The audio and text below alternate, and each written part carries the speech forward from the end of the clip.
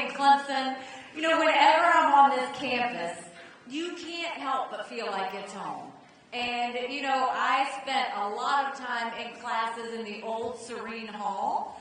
For any students that are here, I know you haven't walked in there because you're in that beautiful business center.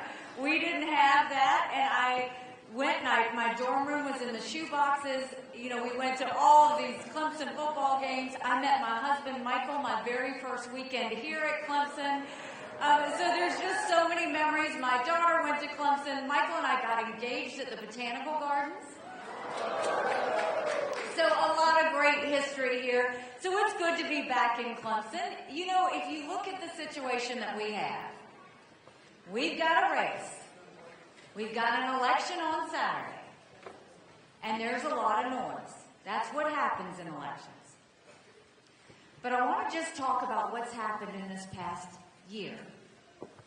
We had 14 people in this race. We defeated a dozen of the fellas. I just have one more fella I've got to catch up to.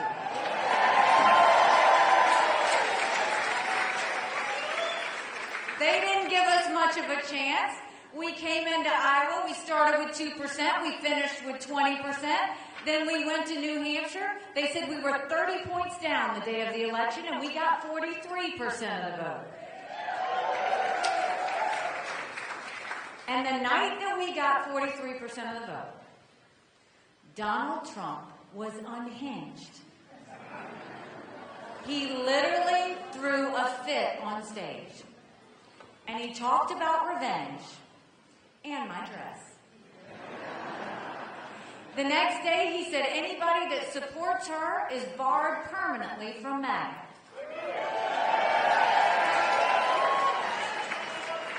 We had a little fun with that. We sold T-shirts that said barred permanently. We sold over 20,000 T-shirts.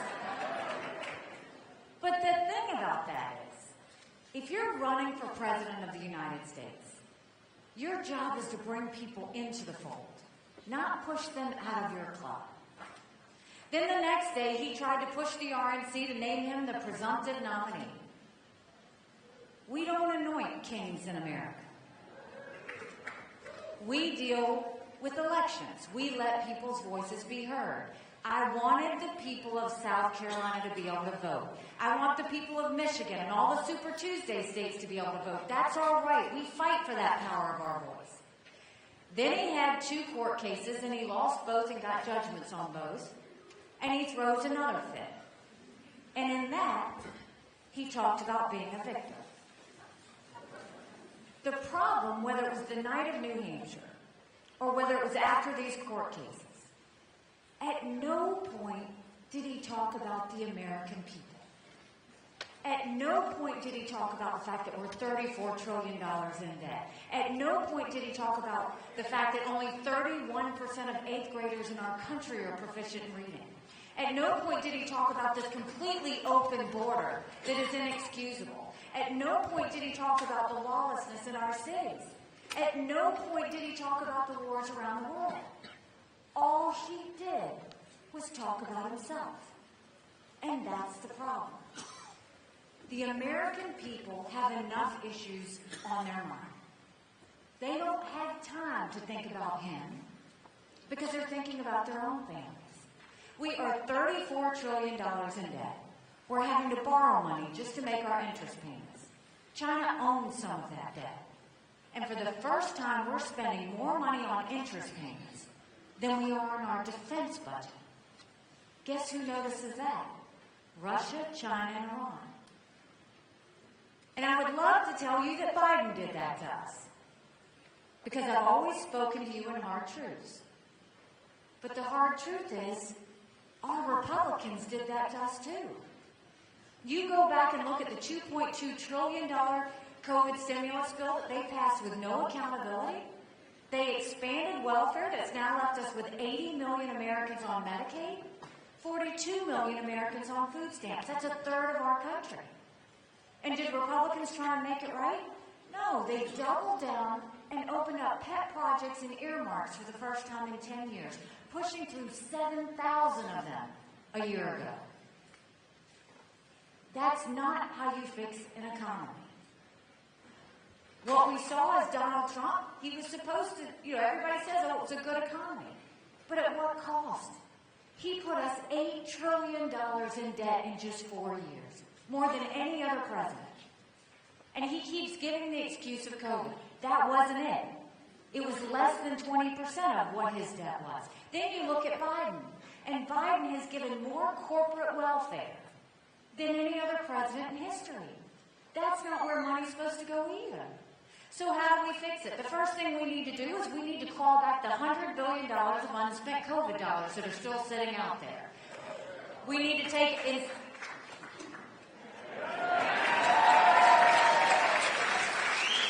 Instead of 87,000 IRS agents going after middle America, let's go after the hundreds of billions of dollars of COVID fraud. One out of every $7 was spent fraudulently. If 80% of our budget is interest, quit borrowing, cut up the credit cards. You have to balance a budget every day. I had to balance a budget as governor. Why is Congress the only group that refuses to balance a budget? We'll stop the spending, we'll stop the borrowing, we'll eliminate the pet projects, and I will veto any spending bill that doesn't take us back to pre-COVID levels. That will save us trillions.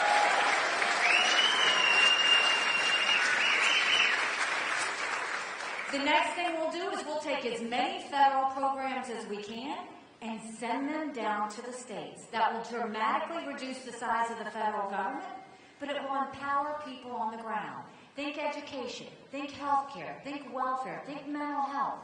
If we cut the strings and sent that down to the people, we could customize it according to states instead of having Washington bureaucrats doing it.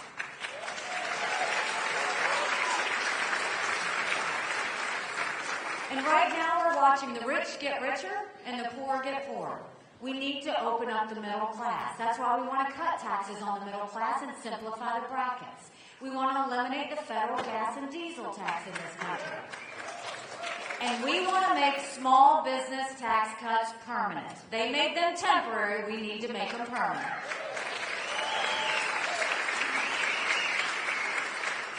Small businesses are the heartbeat of our economy. We need to start acting like it. And then you go and you look at the border. And I can't believe this is the United States of America. 8.5 million illegal immigrants have come across that border. We had more fentanyl across the border last year that would kill every single American. Number one cause of death for adults 18 to 45, fentanyl. And don't think for a second China doesn't know what they're doing when they send it over. Now in South Carolina, if you remember, we passed the toughest illegal immigration law in the country. President Obama sued us over it, and we won. We want to take what we did in South Carolina and go national with it. Let's do a national E-Verify program where every business has to prove that the people they hire are in this country legally. We want to defund sanctuary cities once and for all. No more safe havens for illegals. We want to put 25,000 Border Patrol and ICE agents on the ground and let them do their job. Let's go back to the Remain in Mexico policy so that no one even steps foot on U.S. soil. And instead of catch and release, we need to go to catch and deport. That is what will stop what's happening on the border. Now, if you look at what happened last week, Congress had a border bill. And a few things went wrong. First of all, in the bill, it strengthened asylum laws. That's very important. 3 million illegal immigrants came in under Trump's watch because our asylum laws weren't strong enough. We need to strengthen them. But the weak parts of the bill, it didn't go back to Remain in Mexico, which is important, and it had a 5,000-person threshold. We don't even want a one-person threshold. But what Congress should have done was gotten in a room, figured it out, made it strong, and gotten it done. But instead, what did they do? They went home for 2 weeks. And what President Trump did was he said, don't pass a border bill until after the general election. We can't wait until after the general election to secure that border. America's acting like it's September 10th. We better remember what September 12th felt like. It only takes just one to have a 9/11 moment. He's got to quit thinking about himself. Americans need to be safe. And so when talking about Congress, do you know Congress has one job? One job. And that's to make sure they give us a budget on time. Do you know they've only given us a budget on time 4 times in 40 years? Think about that. 4 times in 40 years. You know what I'm going to do about that? When I'm president, you don't give us a budget on time, you don't get paid, period.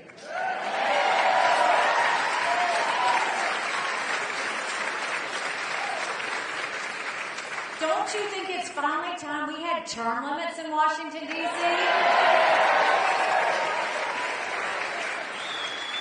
Don't you think we need to have mental competency tests for anyone over the age of 75?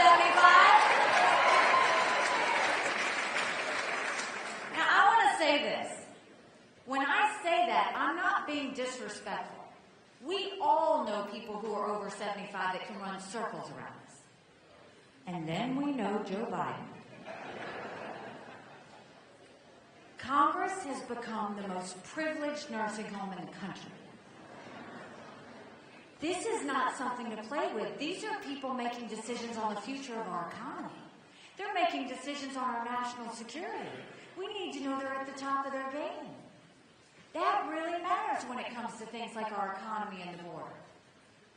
And you know, growing up in rural South Carolina, my parents taught us, you take care of those who take care of you. But I'm going to ask you if we're taking care of those who take care of us. Right now in America, over 35,000 veterans are homeless. 1 in 3 suffers from PTSD or thoughts of suicide. We lose 22 heroes a day to suicide. If a veteran needs a doctor's appointment at the VA, on average, takes 29 days. Why 29 days? Because on the 30th day, they can go to the doctor or hospital of their choice. So midway through the 29 days, they get a call to reschedule, and the clock starts all over again. It's shameful how we treat our veterans. Now, I'm the proud wife of a combat veteran who served in Afghanistan.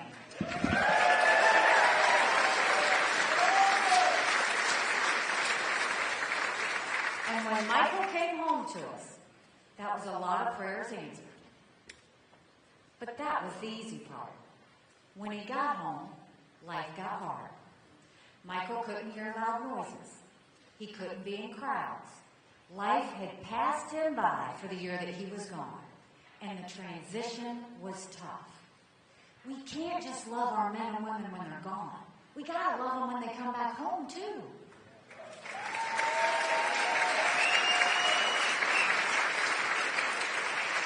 That's why let's do more than just a 2-week transition, and let's take care of every one of them for the long haul. Let's do telehealth so that we can get them the mental health care they need right when they need it. They should be able to go to the doctor or hospital of their choice. They've earned that right. And I think the best way we deal with VA health care, I think every member of Congress should have to get their health care from the VA. And you watch how fast that gets done.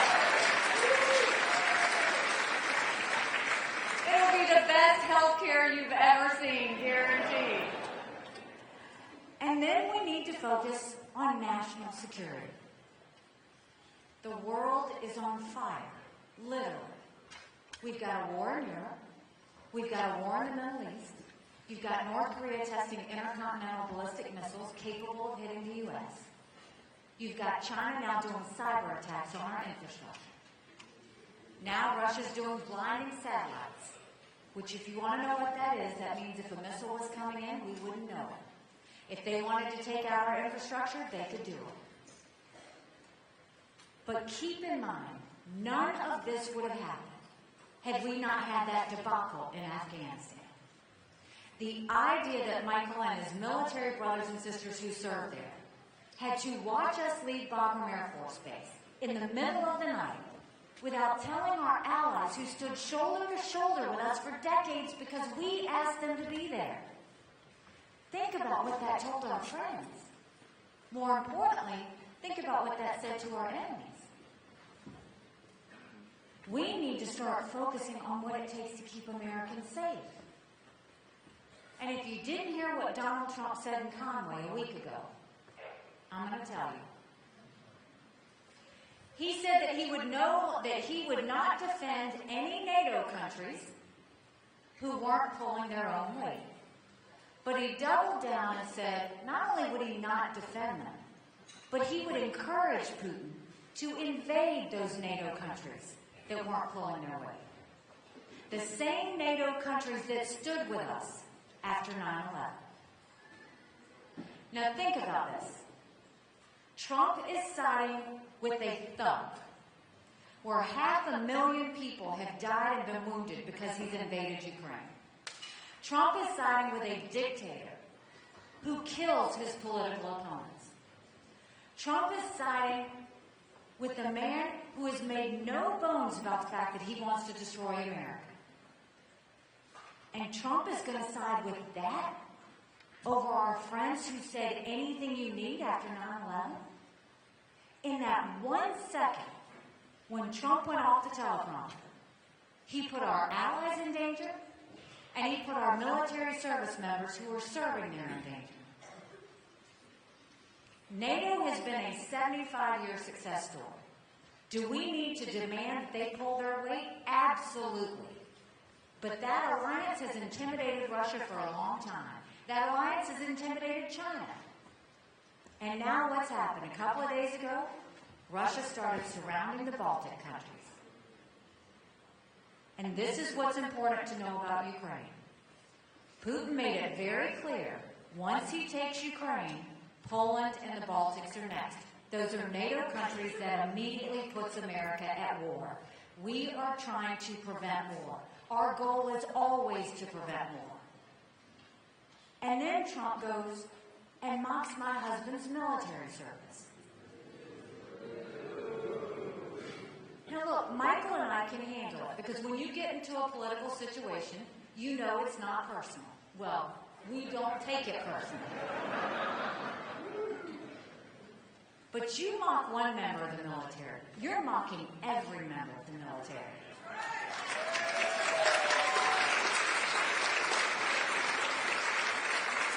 And we all tried to give him a pass early on. But this is a pattern. A pattern when you go and say military service members who lost their lives are losers and suckers.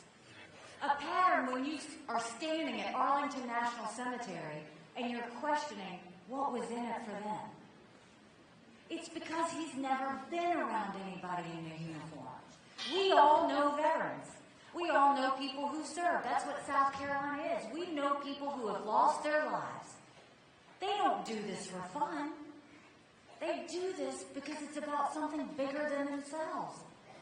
They do this out of their love for America. But that was another careless point. And it takes us back to the fact that we need to start looking at what choice we're going to make. Are we going to do more of the same? Or are we going to go in a new direction? More of the same isn't just Joe Biden. More of the same is Donald Trump. And let's think about what the American people are telling us. 70% of Americans are saying they don't want a Trump-Biden rematch.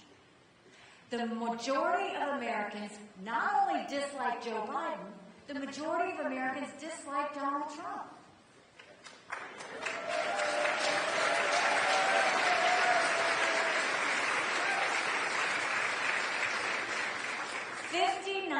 of Americans have said they think Joe Biden and Donald Trump are too old to be president. Don't you think it's finally time we had a new generational conservative leader?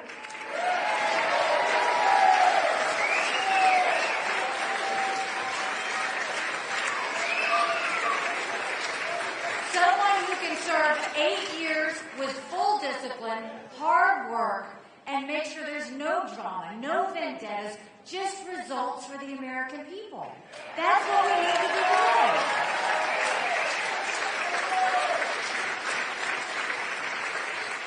Think about what we did in South Carolina. It was all results. When I came in, we had 11% unemployment. We had thousands of people on welfare. And South Carolina was the butt of the jokes. And what did we do? We all rallied. We rallied, and by the time I left, we were building planes with Boeing. We were building more BMWs than any place in the world. We brought in Mercedes-Benz. We brought in Volvo. 5 international tire companies. They were referring to us as the beasts of the Southeast. We moved that 11% unemployment down to 4%. We announced jobs in every county in the state. We passed tort reform, pension reform. We made sure we cut taxes. We paid down our debts. We built up our coffers. But we also acknowledged some truths.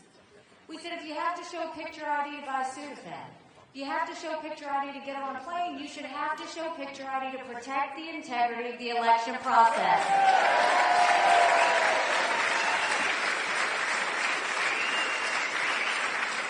We passed voter ID in South Carolina. We passed the toughest illegal immigration law in the country, and we held our elected officials to account.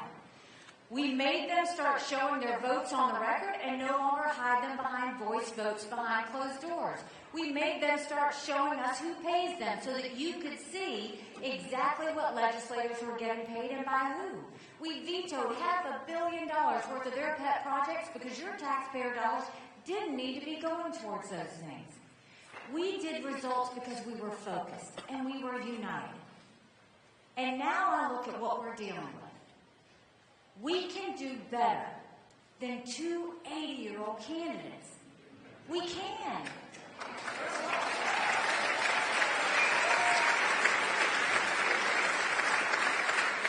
And let's look at those 2 candidates we're talking about. When it comes to Joe Biden, it is not normal to have an open border and not stop illegals from coming through it. It is not normal to spend more time on gender pronouns than you do on reading and math. It is not normal for you to continue to pay out corporate welfare when small businesses and American families are hurting. And then you look at Donald Trump. It is not normal to make fun of military members when they sacrifice. It is not normal to go and throw temper tantrums and say to your opponent's supporters that they no longer belong to you. It is not normal to go inside with a dictator and get weak in the knees with Putin like he continues to do. None of this is normal.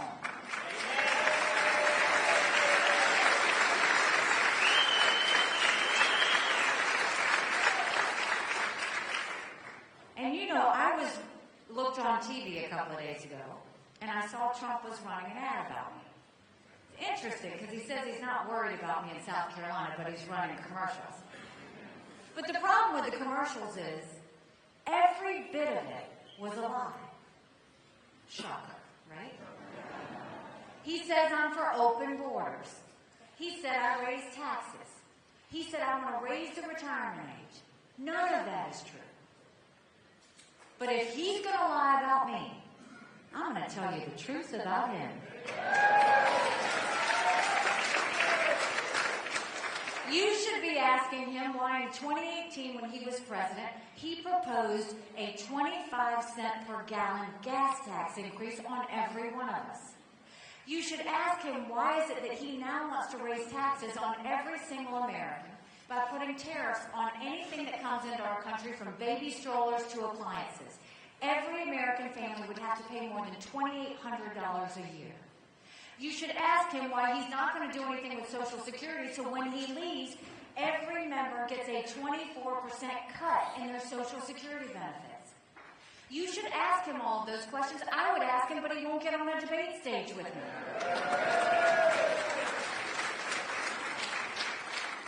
Look, we have some decisions to make. And the reason this is important is because we also have to look at something else about Joe Biden and Donald Trump. It is time for someone who unites our country.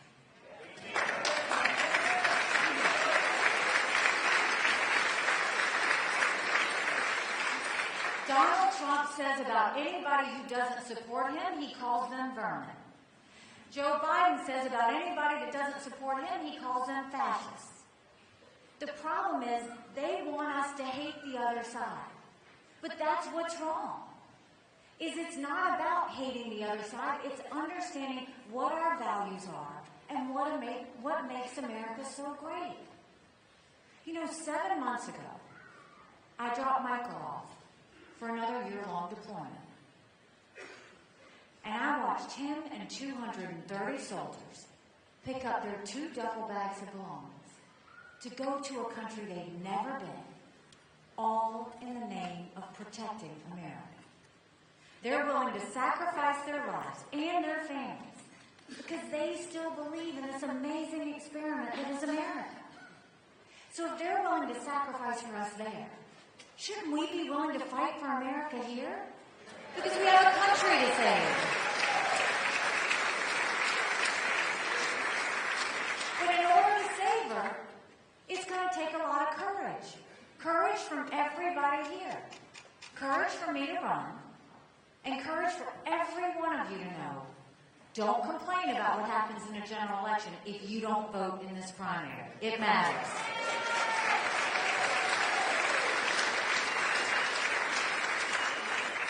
And the other side of that is, we all want to see a change in our country. But you can't get a change in your country if you don't win. And the reality is, Donald Trump can't win. We've seen it. He didn't get 49% of the vote in Iowa as the Republican incumbent. He didn't get 46% of the vote in New Hampshire as the Republican incumbent. But look at all of the general election polls, any of them. From Biden, he's down by 5. He's down by 7. On his best day, it's margin of error. I'm in every one of those same general election polls. And I defeat Biden by up to 17 points.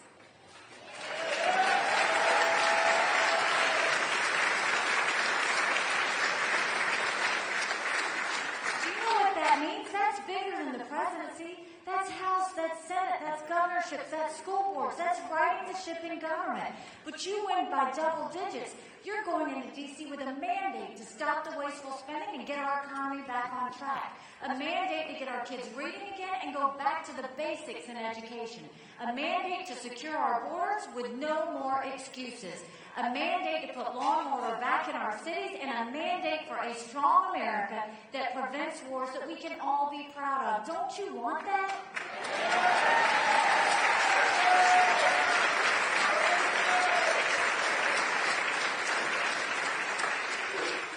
We can do this.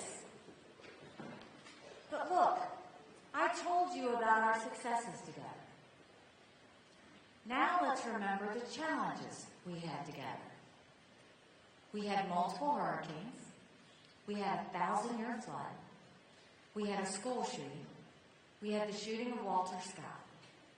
And we had the shooting of 9 amazing souls in a church. Any one of those could have destroyed us. When that church shooting happened, cities around the country were on fire. It was on the heels of Ferguson. But what did we do? We didn't have riots. We had vigils. We didn't have protests. We had prayer.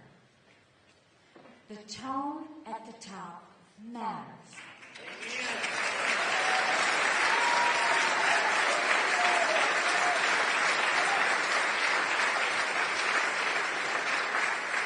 And when that happened, you didn't see me judge either side.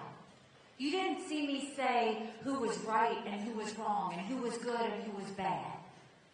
Instead, that's not what a leader does, and that's what everybody in D.C. is doing. That's what Trump's doing. That's what Biden's doing. A leader is supposed to bring out the best in people as they go forward. And now it's time for us to do that again. Because if we showed the entire country what strength and grace look like, now we could show the country again. I think about the younger people that I see sitting here. And it's them that I'm fighting for. Because if you look at what they're going through, look at the last few years, what they've been through. They went through COVID. They're looking at all this government debt and wondering if that means they're going to have to pay for it. They're wondering how they're going to afford a home. They're wondering if they're going to get a job. They're wondering how they're going to make ends meet. They're fearful of wars around the world. They don't deserve to feel like that. And think about what else they've lived through. A country with anger. A country in chaos. A country where sides hate each other. A country where they don't dare want to turn on the news. They deserve some peace. They deserve some hope. That's why I'm doing this. I see what my kids are going through. I promise you that's what these students are going through. And what we owe it to them is to let them know it's going to be okay. We owe it to them to show them leadership that doesn't make them scared, that doesn't give them anxiety, stress, and depression, but that gives them something where they have confidence and hope and the belief that they can be anything that they want to be.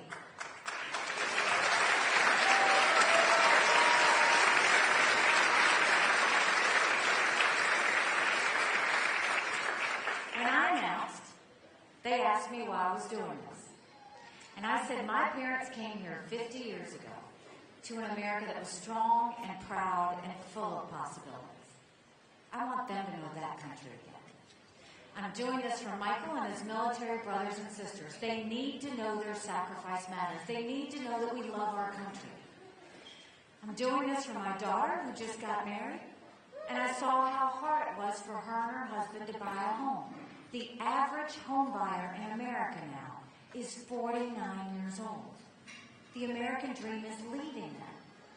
And I'm doing this for my son, who's a senior in college, and I am tired of watching him write papers of things he doesn't believe in just to get an A. That's not us. That's not our country.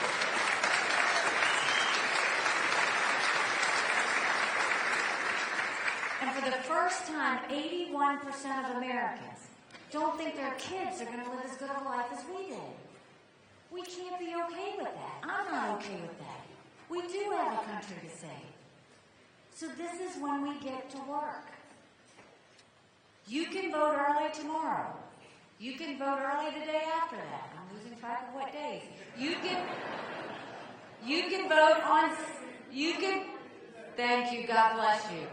Take 5 people early voting tomorrow. You can vote on Saturday. But you all know friends and family who are typically general election voters. And this is what I want you to tell them. In a general election, you're given a choice. In a primary election, you make your choice.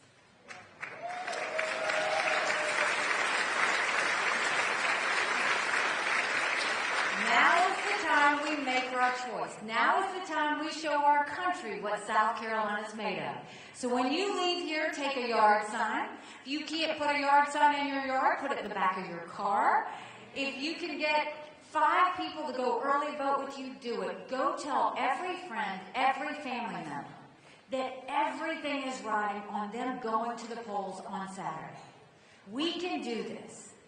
And what I promise you is what I promised you the last 2 times you elected me governor. If you will join this movement, if you will join us in this fight, I will spend every single day trying to prove to you that you made the right decision. Thank you very much. Go Tigers. God bless.